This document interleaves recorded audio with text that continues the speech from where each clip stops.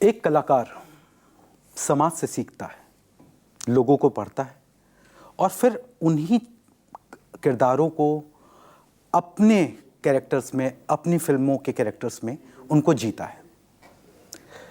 लेकिन अगर आपने इनसाइड एज देखी हो तो देवेंद्र जैसा करप्ट आदमी, अगर आपने महारानी देखी हो तो नवीन कुमार जैसा ऐसा कैरेक्टर जो अच्छे बुरे की लकीर को धुंधला कर दे। फिर अगर आपने स्वतंत्र वीर सावरकर देखी हो तो विनायक सावरकर के बड़े भाई नरेंद्र दामोदर सावरकर के किरदार, जिसको इतिहास ने भी बहुत अलग तरीके से पेश किया। और केसरी में तीरथ सिंह बनकर अंग्रेजों के खासम खास, और रेड में तो भाई ये लल्लन साहब, इन्होंने ऐसा कुछ कमाल किया कि कानपुर के अमित सियाल को से पूछना होगा, आप आदमी क्या हैं भाई, कौन हैं आप?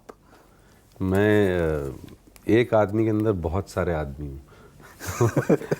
नहीं, आप थैंक यू, आपने यहाँ पे बुलाया और आपने जिन किरदारों के बारे में बताया बहुत ही ख़ास है मेरे। और कोशिश यही रहती है कि एक जगह ना टिके एक्टर।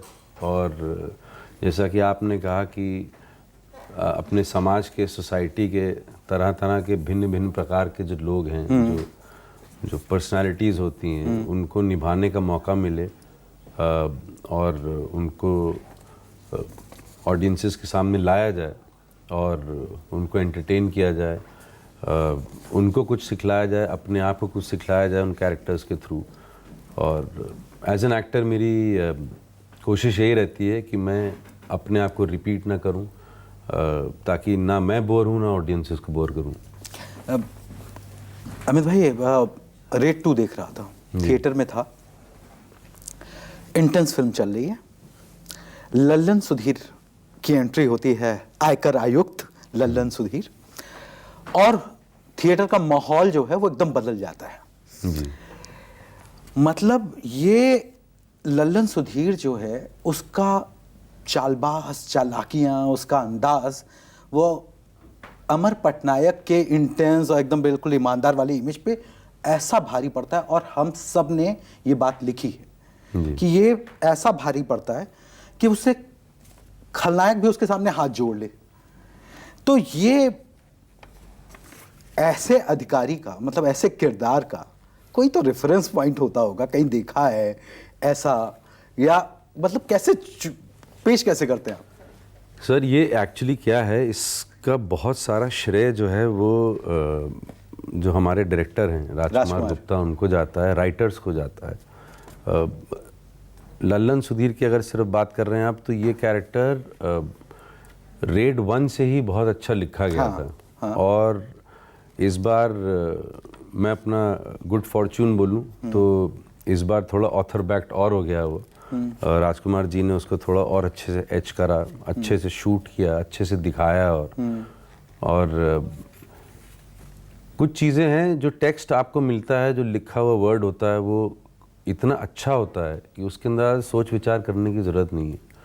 और लल्लन है भी ऐसा कैरेक्टर जो कि हम सब को आम जिंदगी में अपनी दिख जाता है। मैं उसी की बात कर रहा हूँ जी। तो वो दिख ही जाता है, चाहे वो डिपार्टमेंट का आदमी हो, चाहे वो नॉर्मल आदमी हो, चाहे वो आपके काम धंधे में आदमी हो, आपका पड़ोसी हो। इस तरीके के लोग हैं हमारे समाज में, और जो कि हरफन मौला हैं और समझ भी नहीं आता कि सही हैं कि गलत हैं, और कभी क्या कर देंगे क्या नहीं कर देंगे। तो बैक ऑफ द हेड, क्योंकि लाइफ का इतना एक्सपीरियंस है, तो आपको इन सब चीज़ों की ऑब्जर्वेशन पहले से ही होती है। और इतना काम करते करते आपका माइंड बॉडी अट्यून हो जाता है और अपने आप ही चीज़ें बाहर निकलने लगती हैं from the back of your head. But मैं ज़्यादा श्रेय इसमें डायरेक्टर साहब को, राइटर्स को देना चाहूँगा। मुझे बस वो जो लिखा गया था उसको फॉलो करना था और उसमें मज़े लेने थे, तो मैंने निचोड़ के मज़े लिए उसमें। बताइए, दादा भाई के, आप दादा भाई का पैर पकड़ते हैं जी, माँ से बोलते हैं भाई ऐसा है कि मैं तो कुछ खा के नहीं आया हूँ, जी, वो कहती बिना खाए जाओगे नहीं, यानी तुम। जी। तो हम लोग जो मजे ले रहे थे जी, तो वो मैं जानना चाहता हूँ वो सेट पे क्या था उस हम लोग भी particular मजे time ले रहे थे। देखिए क्या है कि अगर हम लोग अगर मजे नहीं लेंगे तो वो मज़ा आप लोगों तक, ऑडियंसेस तक मतलब पहुंचेगा ही नहीं वो। और आई थिंक वो सिर्फ कॉमेडी की बात नहीं है, वो कोई भी आप काम करते हो, कोई भी कैरेक्टर करते हो, तो अगर वो आप फील नहीं कर रहे हो वो, अगर आप उसके प्रति ऑनेस्ट नहीं हो, तो वो ऑडियंसेस को भी डिसऑनेस्टी लगेगा और उनको मज़ा नहीं आएगा। तो एम ही यही रहता है कि आप पहले उसको स्वीकारें जो आप कर रहे हैं और उसको मन से करें, ऑनेस्टली करें, वो 100% ऑडियंस तक पहुंचेगा। अमित भाई मुझे एक बात जाननी है। मैं तकरीबन 22 साल से इस इंडस्ट्री को देख रहा हूँ। अच्छे अच्छे एक्टर्स को मैंने एडिट टेबल पे कटते हुए देखा है जी, और यहाँ आप रेड के बाद रेड 2 और बेहतरीन किरदार, वो किरदार जो एक्चुअली प्रोटैगनिस्ट मेन कैरेक्टर को भी शार्पली आगे काटता, मतलब तेजी से उसका असर दिख रहा है। ये बात जो है अक्सर बड़े स्टार्स को भाती नहीं। तो ये क्या अजय देवगन के साथ क्या वो इतना सिक्योर्ड एक्टर है? बहुत आई थिंक सिर्फ सिक्योर्ड एक्टर नहीं है, सिक्योर इंसान भी हैं और बहुत अच्छे इंसान हैं और बहुत ही ज़्यादा इजी गोइंग हैं और नॉन इंटरफेयरिंग हैं, डेडिकेटेड हैं, डिसिप्लिन्ड हैं, अपना काम निभाते हैं और बहुत ही प्रोफेशनल तरीके से निभाते हैं। एक्चुअली ये सब चीज़ें चाहे अक्षय कुमार हों, ठीक है, और अजय देवगन जी हों, मेरे दोस्त रणदीप हुड्डा हों, ये लोग, ये सब डिसिप्लिन्ड प्रोफेशनल एक्टर्स हैं। हमारे सीनियर, स्पेशली अजय देवगन, अक्षय कुमार हमारे सीनियर्स हैं, कितने सालों से काम कर रहे हैं। और मैं तो ये कहना चाहूँगा एक्चुअली कि अगर कभी किसी को मौका मिले उन लोगों को सेट पे देखने का, मुझे तो मिला है, मैं सौभाग्यशाली समझता हूँ अपने आप को, तो बहुत ही इजी गोइंग और डेडिकेटेड कार्य प्रणाली है इन लोगों की और बहुत ही अच्छे से काम करते हैं। ऐसा कुछ नहीं कि वो इनसिक्योर हो जाएंगे या बहुत सारे लोगों ने बोला ओवरशैडो, बट ये गलत बात है मेरे हिसाब से। ये गलत बात नहीं। हाँ नहीं, ये है मेरे हिसाब से। मैं बताता हूँ आपको क्यों है ये। क्योंकि मान लीजिए कि अगर मैं अमय पटनायक कर रहा होता तो मैं लल्लन सुधीर की तरफ ग्रेविटेट नहीं हो सकता। यू नो, वो लोग अपना काम कर रहे हैं, अपना कैरेक्टर कर रहे हैं, मैं अपना कैरेक्टर कर रहा हूँ। और ये समझना पड़ेगा कि हम लोग एक ही फिल्म का हिस्सा हैं और को एक्टर्स हैं और कोई इसमें प्रतिस्पर्धा नहीं है। ऐसा नहीं है कि मैं भी अमय पटनायक ही कर रहा हूँ, वो भी अमय पटनायक ही कर रहे हैं। You know, it's not an athletic event. तो सब अपना अपना कर रहे हैं, सबकी अपनी अपनी जगह है। मेरा रोल जो है, मुझे वो मिला ही इसलिए था कि वो कॉमिकल रिलीफ दे। तो अगर वो भी मैं नहीं करता तो फिर क्या करता मैं। लेकिन मैं उससे ज़्यादा की बात कर रहा हूँ, क्योंकि आपने काम किया, आपने अक्षय का नाम लिया, आपने रणदीप हुड्डा का नाम लिया, केसरी, स्वतंत्र वीर सावरकर, केसरी और रेड, बैक टू बैक 3 फिल्में, और तीनों फिल्मों में आप बाकायदा रजिस्टर हो रहे हैं। ना सिर्फ रजिस्टर हो रहे हैं, आप अपना गहरा असर छोड़ रहे हैं, ना सिर्फ गहरा असर छोड़ रहे हैं, आप उस एज तक जा रहे हैं जहां होप एंड लिटिल शुगर पहली मतलब ऑलमोस्ट 20 साल हो गए ना? 21 साल हो गए जी। और 22 साल हो गए आपको मुंबई पहुंचे हुए। जी। आपको लग रहा है कि आप वहां पहुंच रहे हैं? नहीं, मुझे तो काफ़ी टाइम से लग रहा है मैं पहुंच रहा हूं। और मैं आपको सच बताऊं, मुझे तो यही नहीं लग रहा कि 22 साल निकल कब गए। तो आई थिंक वो उस चीज़ की, उस बात का साक्षी है ये जो फीलिंग है मेरे अंदर कि जब मुझे समझ में आया ज़िंदगी में कि मुझे एक्चुअली करना क्या है, पर्पस क्या है मेरा, जो कि निकला कि भाई अभिनेता ही बनना है, यही करना है, ये अच्छा करता हूँ मैं, दिल से करता हूँ, मुझे मज़ा आता है, मेरा पर्सनल इवॉल्वमेंट भी होता है इससे। यू नो, जब एक चैलेंजिंग चीज़ मिलती है करने को, तो उसकी जो खुशी होती है, उसका जो सेटिस्फैक्शन होता है, वो आपके जो भी स्ट्रगल्स हैं ना उसको डिसअपियर कर देता है, धूमिल कर देता है। वो ज़िंदगी, ये एक्टर की ज़िंदगी, चाहे खाना मिल रहा था खाने को, पीना मिल रहा था पीने को, या जो भी स्ट्रगल चल रही थी, मेंटल फ्रस्ट्रेशन थी, आंग्स थी इनिशियल डेज में, तो वो सब मैटर ही नहीं करती है। फिर वो उसमें भी मज़े हैं अपने। तो आई थिंक मुझे तो सीरियसली नहीं लगता कि मुझे 20-22 साल हो गए। नहीं, ऑलमोस्ट 12 और साल। आप ये 3 फिल्मों की बात कर रहे हैं, तो ये ये मेरे लिए मुझे लगता है कि फिर से एक स्टार्टिंग पॉइंट है, यू नो, और I am restarting again, I have rediscovered my self again, my audiences have rediscovered me and film makers have rediscovered me, and hopefully आने वाले टाइम में ऐसा मैंने कर दिया इन 2-3-4 कामों से। तिकड़म भी इसमें इंक्लूड तिकड़म भी इसमें इंक्लूडेड है और बिल्कुल अलग है तिकड़म जी। तो वो मतलब एक वो था दिमाग में, वो एक कॉन्शियस चॉइस थी कि यार बहुत ज़्यादा इंटेंस काम हो रहा है, यू नो, उससे मैं भी थोड़ा बर्नट आउट फील कर रहा हूँ, मैं कर रहा हूँ तो ऑडियंसेस भी बोर होने लग जाएगी मेरे काम से, क्योंकि रेपिटेटिव हो रहा था थोड़ा। तो बहुत फॉर्चुनेट हूँ कि ये 3-4 काम मुझे अलग अलग मिले and I just grabbed them and I did my best in it. बाकी ऑडियंसेस को अच्छा लग रहा है, ऑडियंसेस को नमस्ते, भगवान को नमस्ते। नहीं, नमस्ते है, लेकिन इससे वो ऑलमोस्ट 12 साल कहीं जाते नहीं, वो रहते हैं इनसाइड एस तक, वो देवेंद्र के किरदार तक जी। जब और ये हमारी भी गलती है, ये पता नहीं ऑडियंस को कैसे कहेंगे, उनका वो फिल्म मेकर्स और बाकी लोगों का, जो कि जब तक हम टैलेंट को डिस्कवर नहीं करते उस लेवल पर जाकर, जहां हम शॉक्ड होते हैं कि यार ये भी तो है, ये किरदार भी तो है। देवेंद्र को देखना अपने आप में वो मेरे लिए एक शौक था कि इतना बदतमीज कैसे सकता है कोई? नहीं, और इतना बदतमीज, वो अरे कानपुर वो वाला फीलिंग भी तो है, लेकिन ये कहाँ था, ये एक्टर कहाँ था? बट इसमें ना सर, मैं बताऊं आपको ऑनेस्टली, कोई गलती नहीं किसी की भी, क्योंकि अब सिर्फ मैं ही एक एक्टर नहीं हूँ जो कि प्रतिभाशाली, बहुत सारे हैं अभी ऐसे, और बहुत सारे होंगे जो अभी तक हमें डिस्कवर ही नहीं हुए हैं, ना हमने उनको देखा है। वो तो मुझे तो हमेशा ऐसा लगता है, मैं हर इंटरव्यू में बोलता हूँ कि मेरी जो प्रोफेशनल लाइफ है स्पेशली, वो बहुत मैजिकल रही, कि जब भी हताश हुआ, जब भी सोचा कि छोड़ देता हूँ, कुछ और पकड़ लेता हूँ, कुछ और करता हूँ, हो नहीं रहा है, तो कुछ ना कुछ मिल जाता था अच्छा, तो फिर कुछ जान आ जाती थी और बम्बई वापस रोक लेता था कि नहीं अभी तुम्हारा टाइम नहीं है जाने का, यहीं रुको तुम। तो धीरे धीरे करके ही होता है, यू नो। ऊपर से आई थिंक मैं उतना जैसे आजकल अगर आप बच्चों को देखोगे, नए एक्टर्स को देखोगे, वो बहुत ज़्यादा गो गेटर एनर्जी रखते हैं। मेरी वो एनर्जी नहीं थी, मेरी हमेशा एनर्जी थी कि मुझे जो भी काम मिले उसको रियलिस्टिकली और एंटरटेनमेंट क्वेश्चन रखते हुए कैसे उसको डेप्थफुल बनाऊं, कैसे उसको ग्रे एरिया में रखूं, कैसे उसका कुछ मीनिंग हो।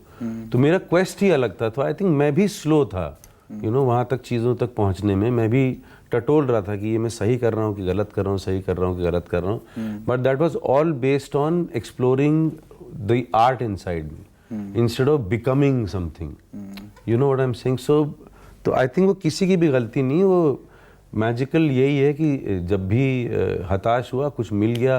अब वो बताइए, ऐसी चीज़ आ गई कोविड जिसने पूरी दुनिया को हिला दिया। हाँ? और यकीन मानिए कि अपनी लाइफ का, प्रोफेशनल लाइफ का सबसे इम्पॉर्टेंट काम और सबसे डेप्थफुल काम, सबसे एंटरटेनिंग काम और सबसे ज़्यादा काम मैंने कोविड के टाइम में किया। और सब घर पे थे, ओटीटी बड़ा हो गया बहुत, क्योंकि और कुछ करने के लिए था नहीं लोगों के पास। तो सब शोज देख रहे थे, तो अपनी भी गाड़ी निकल पड़ी वहाँ से। तो आई थिंक कुछ चीज़ें डेस्टिन्ड होती हैं। संजीवनी बनी है ना बहुत सारे लोगों के लिए, और सिर्फ एक्टर्स के लिए नहीं, पूरे जो भी पैराफर्नीलिया होता है फिल्म मेकिंग में जाता है, टेक्नीशियंस भी, यू नो, और बहुत से लोगों के लिए संजीवनी है। मैं कला का वो सीन याद कर रहा हूँ जब वो म्यूजिक लेवल का मालिक वो कैमरास के बीच से शटर्स हो रहे हैं और वो बाहर सिगार लेकर वो अंदर पहुंचता है। तो मुझे लगता है कि ऐसा जो असली टैलेंट है ना, उसको वो मुकाम मिलना चाहिए, वो दौर मिलना चाहिए, वो किसी मालिक को नहीं मिलना चाहिए, वो आर्टिस्ट को मिलना चाहिए। आप कैसे देखते हैं ये इंडस्ट्री, यहाँ के लोग और हम, ये जिसको मीडिया और वो पैपराजी कल्चर, वो अब अमित सियाल को कैसे ले रहे हैं? मुझे पहले भी बहुत अच्छे से लेते थे सब, और एक जनरल एक दूसरे के लिए एक रिस्पेक्ट होनी चाहिए, वो हमेशा से थी। ऐसा कभी नहीं हुआ कि कुछ ऐसी डिसरिस्पेक्ट हुई हो, नहीं, डिसरिस्पेक्ट नहीं, और माना नहीं होगी। बट क्या है ना सर, क्या होता है कि आप जैसे ये स्पेशली ये 2 फिल्में हैं, केसरी 2 और रेड 2। अब एक कमाल का रोल मिल गया उसको, फॉर्चुनेटली अच्छे से कर पाया मैं। ऐसा तो है नहीं कि पिछले जो काम है उसमें मेरा काम किसी लोगों ने सराहा नहीं, बिल्कुल सराहा है और बहुत इज्जत मिली है, बहुत प्यार मिला है ऑडियंसेस से और इंडस्ट्री से भी।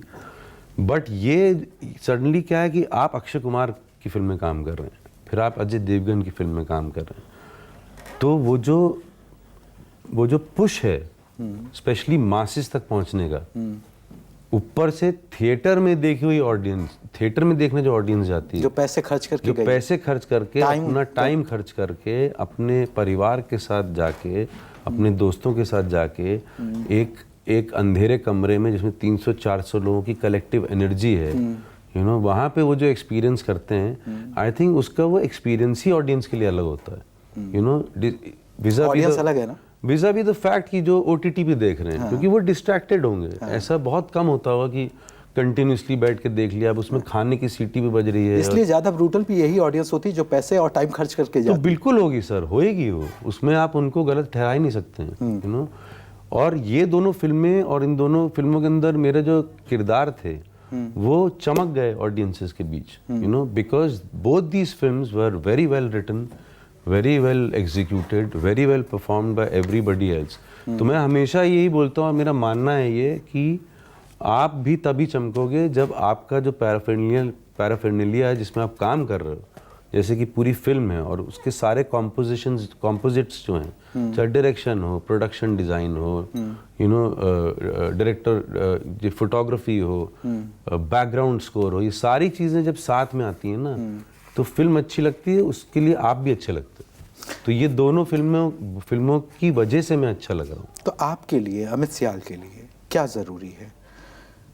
तिकड़म है जैसी फिल्म है जहाँ वो कुछ वो करना चाहते हैं जो उनको सुकून देता है, और जहाँ या ऐसे किरदार जो शायद मेन लीड ना हो लेकिन ज़्यादा लोगों तक पहुँचे, ज़्यादा असर छोड़ सके, क्या इम्पोर्टेंट क्या है अमित सियाल? देखिए, बहुत ही ग्रीडीली अगर बोलूँगा मैं, तो मेन रोल भी हो, है ना, और मेन रोल भी हो और डेप्थफुल रोल हो और लोगों तक पहुँचे, और एक कुछ ऐसा काम हो जिसमें लार्जर कॉज हो, कुछ आप बात कह रहे हो तो लोगों को लगे भी कि अच्छा इसलिए बनाई ये फिल्म, और ज़रूरी नहीं कि भाषण दे रहे हो, ज्ञान दे रहे हो, उसकी बात नहीं कर रहा हूँ मैं, लेकिन कुछ एक लार्जर कॉज होता है, जैसे रेड में it's a statement about our society, our bureaucracy in those times.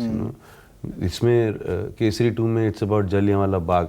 जैसे मेरे लिए तो शॉकर था जब वो स्टोरी पढ़ी मैंने केसरी 2 की, कि ऐसा कोई इंसान था यार who stood against the crown, उनके साथ ही काम करते करते उन्हीं के कोर्ट में। हाँ, इट्स अ ब्यूटीफुल स्टोरी। और तो अक्षय कुमार की जगह अगर मैं होता तो मुझे बड़ा अच्छा लगता, है ना?